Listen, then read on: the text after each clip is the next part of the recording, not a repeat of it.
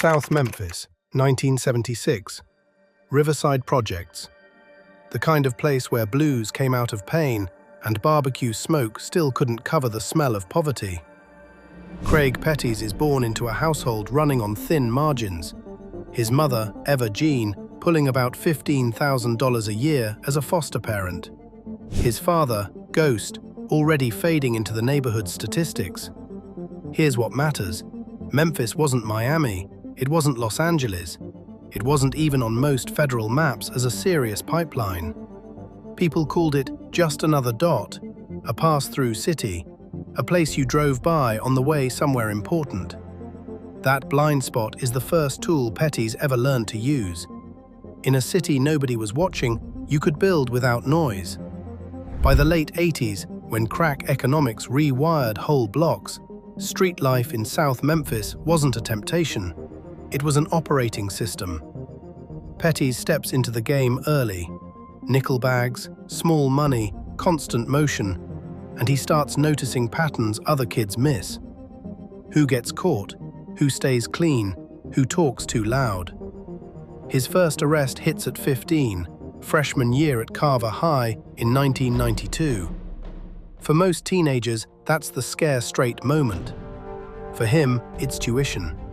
A lesson in how the system sees you and how to move so it doesn't. And once you learn how to turn invisibility into power, the next question becomes, what happens when real money suddenly shows up? That question got answered in March of 1995. A dealer gets locked up, and the problem isn't the charges, it's what's sitting in limbo while he's behind bars. An impound lot, a seized car, and inside it, tucked into a hidden compartment like somebody planned for the worst, $500,000 in cash. He needs it recovered fast, quietly, no police attention, no paperwork trail, just hands that can do the job. So he reaches out to Antonio Allen, Craig's cousin, to make the pickup happen. But Allen's got a problem that sounds almost stupid until you realize what's at stake. He's built too big to climb the fence. They need someone smaller, someone quick, someone hungry enough to risk cutting up their hands on chain link for money they didn't earn. That's how Petties gets the call. Picture it, an 18-year-old moving through the dark, scaling a fence, dropping into a lot full of dead cars and bright security lights, breaking into something that doesn't belong to him to steal money that doesn't belong to him. Because in that world, ownership is whoever can take it and keep it. Most guys would have delivered the cash, taken a cut, and walked away grateful. Petties and Allen don't do that. They double-cross the original owner and keep the whole $500,000. Petties walks with $50,000 as his piece. Not flash money, not celebration money, seed money. The kind that turns a kid with street instincts into someone who can start building a machine. $50,000 can disappear fast in Memphis. Cars, jewelry, the kind of loud spending that tells every hungry kid and every narcotics detective exactly who you are. Craig Petties didn't do that. He treated that money like a blueprint, not a bonus. By 1999, he made a move that looked ordinary on the outside and dangerous on the inside. He bought a house in Hickory Hill, a Memphis suburb, for $185,000 in cash. Not a mansion, not some Scarface fantasy, just clean enough to pass as a working man who caught a break. That was the point. In his world, legitimate wasn't morality, it was camouflage. And while other dealers were still thinking in corners and nights, he started thinking in systems. He built his organization like it had departments, small groups, tight circles, cell-based, so if one crew got pinched, the rest didn't collapse with it. He spread stash houses across state lines the way a franchise spreads locations. One spot goes down, you open another, keep the product moving, keep the money flowing. It wasn't street hustling anymore. It was logistics. Communication mattered too. This was years before smartphones, before encrypted apps became a punchline in rap lyrics, and yet he was already leaning on encrypted lines, satellite phones, coded language. anything that let him give orders without giving investigators a clean sentence to hang him with. Memphis helped him. The city sits in a sweet position on the map. Days drive to places like Atlanta, Houston, St. Louis, Nashville. And because the feds were obsessed with the obvious hubs, Miami, LA, Memphis stayed underestimated. Petties turned that blindness into a pipeline, a quiet pass-through that moved cocaine the way old routes once moved people. Hidden, coordinated, disciplined. That's why the language around him starts to sound corporate on purpose. Because he wasn't just selling weight, he was designing an organization with the kind of structure that would make a Fortune 500 executive recognize the shape of it. And sooner or later, when you build something that clean, the real suppliers notice. By 2001, Petty's operation had gotten too steady to stay invisible forever. Not because he was loud, because he was reliable. In that world, reliability is rare, and rare things get hunted or recruited. That's how his name reaches Edgar Valdez Villarreal, La Barbie, an American-born cartel figure with real weight on the Mexican side. The story frames it like a quiet recognition between two people who understand the same language: supply, discipline, and control. La Barbie is looking for a US distribution partner who won't fumble shipments or bring heat he can't manage. Petties is looking for the one thing Memphis can't manufacture: unlimited supply. So in 2002, the meeting happens in Mexico. And this is where the script leans in, because it knows what that image means. A black man from South Memphis, not a runner, not a courier, not a middleman begging for crumbs, sitting across from cartel leadership like an equal. The point isn't, look how far he came. The point is, the cartel doesn't care about your story. They care about your performance. Petties shows up with what most crews don't have: structure. He isn't pitching street hustle, he's presenting an empire. 8 states under one disciplined system: Tennessee, Mississippi, Georgia, Texas, North Carolina, Arkansas, Missouri, Alabama. That isn't a local operation, that's a regional supply chain. The cartel can move product to the border all day, but south of the border success means nothing if the American side is fragmented. Too many small crews, too many loose mouths, too much chaos. Petties already solved that problem. So the partnership locks in, and the story makes sure you feel what accepted really means here. He becomes the first documented black American treated at the highest levels of a major Mexican cartel as something more than a customer. Not because anyone suddenly got enlightened, because the math worked. But here's the part that matters for what comes next. When you build something that big, you don't protect it with good intentions. You protect it with consequences. And once you've got 8 states depending on your discipline, one weak link isn't just a mistake, it's a threat. Power doesn't sit still, it has to be enforced. And once Petty's network stretches across 8 states with cartel-grade supply behind it, enforcement stops meaning fistfights and shootouts. It becomes policy.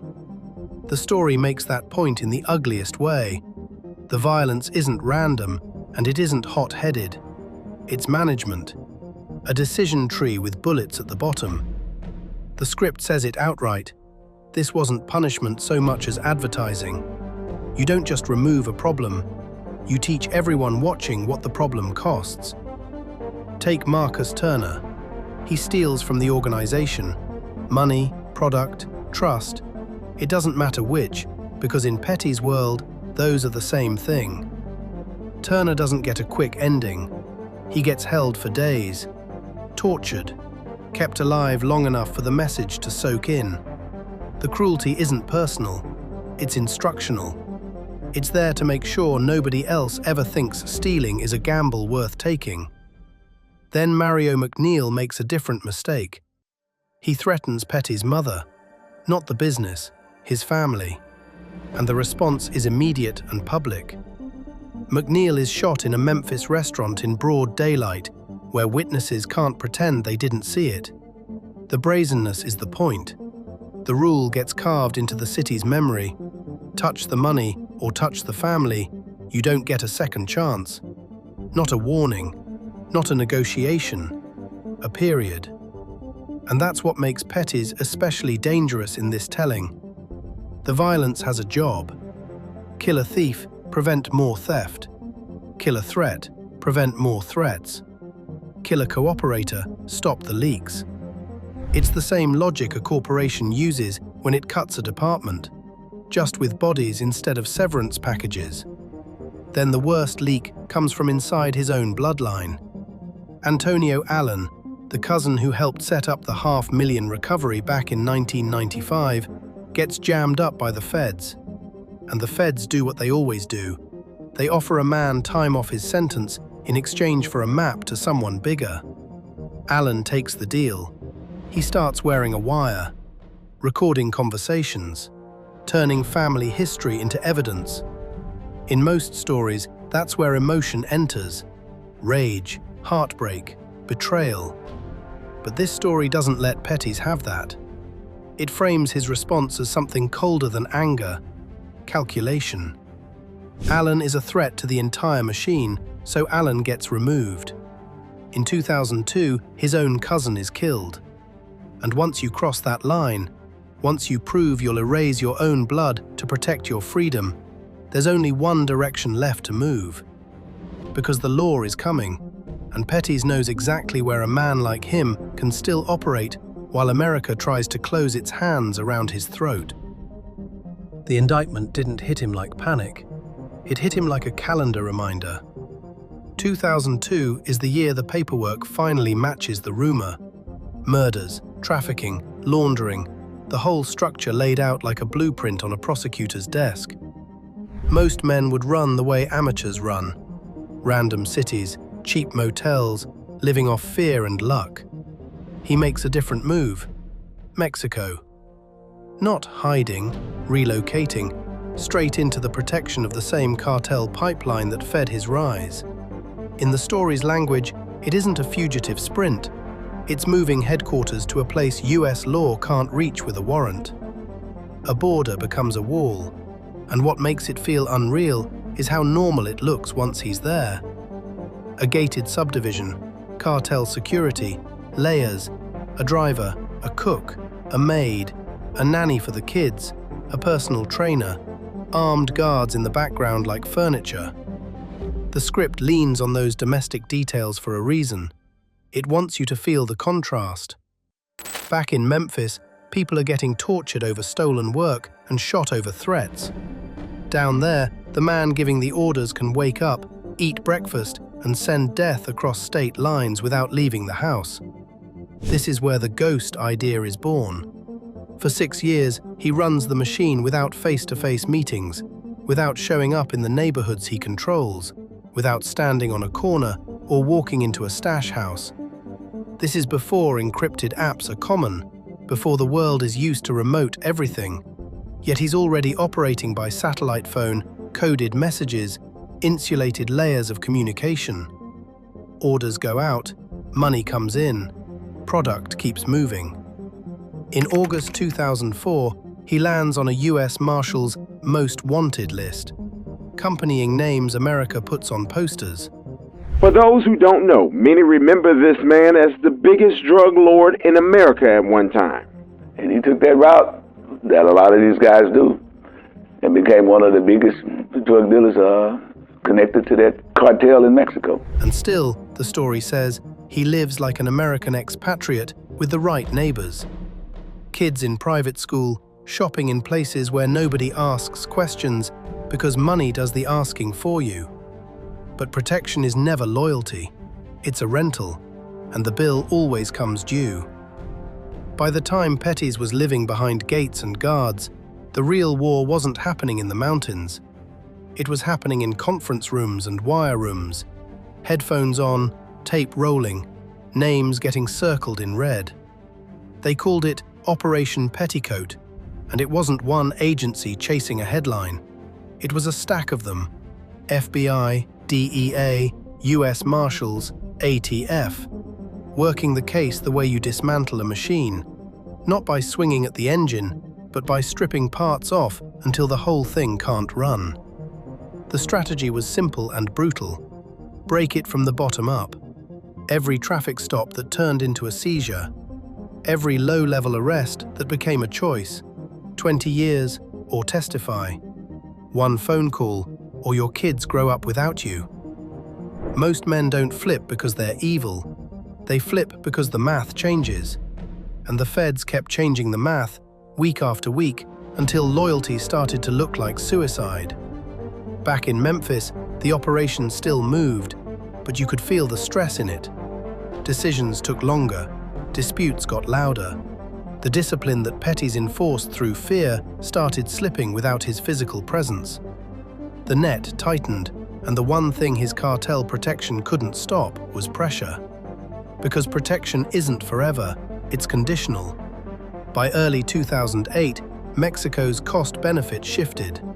The United States was making Petties a diplomatic problem. The people shielding him were getting exposed, threatened, sanctioned. Suddenly, keeping one American kingpin safe wasn't worth the heat. January 10, 2008, 6 a.m. Helicopter blades cut through the quiet. Mexican military surrounded the house. Federal units, not local police on a payroll. Clean teams, one mission. And here's the detail the story lingers on because it feels like a verdict. No shots fired. After 6 years of ordering violence from a distance, the ghost kingpin goes quiet in the moment it ends. Hands behind his back, loaded into a military vehicle, flesh and blood again. But the real collapse is already underway. Because while he's being taken, the people he left behind are starting to talk. By the time Craig Petties lands back on US soil, the story doesn't give you a dramatic courtroom circus. It gives you something colder, paperwork closing like a trap. In December 2009, he pleads guilty to 19 charges. No public trial, no parade of witnesses, no spectacle. The deal has a personal edge. His 3 youngest children are still in Mexico, and part of what he negotiates is safe passage to bring them home. Even staring at life in prison, he's still moving like a man who thinks in leverage. Then comes the final stamp, August 22, 2013, sentencing day. Judge Samuel H. Mays, Jr. delivers 9 concurrent life sentences. Not stacked, not theatrical, just absolute. And the language is the point. Petties is described as a destroyer of lives, a merchant of death, a cancer on the community. Operation Petticoat's scoreboard follows. 40+ convictions. The Lewis brothers get life. Clarence Brody and Demetrius Fields pull decades. The structure is erased. But Memphis doesn't celebrate. It destabilizes. The vacuum hits fast. The script says the murder rate spikes around 30% as smaller crews fight over what Petties once controlled. No new king rises to his scale. The trade splinters. Cartels adjust, working with multiple groups instead of trusting one pipeline. And that's the last twist. Petties survives, teaching literacy in prison, still breathing, but immortal in the worst way. Not as a legend, as a warning.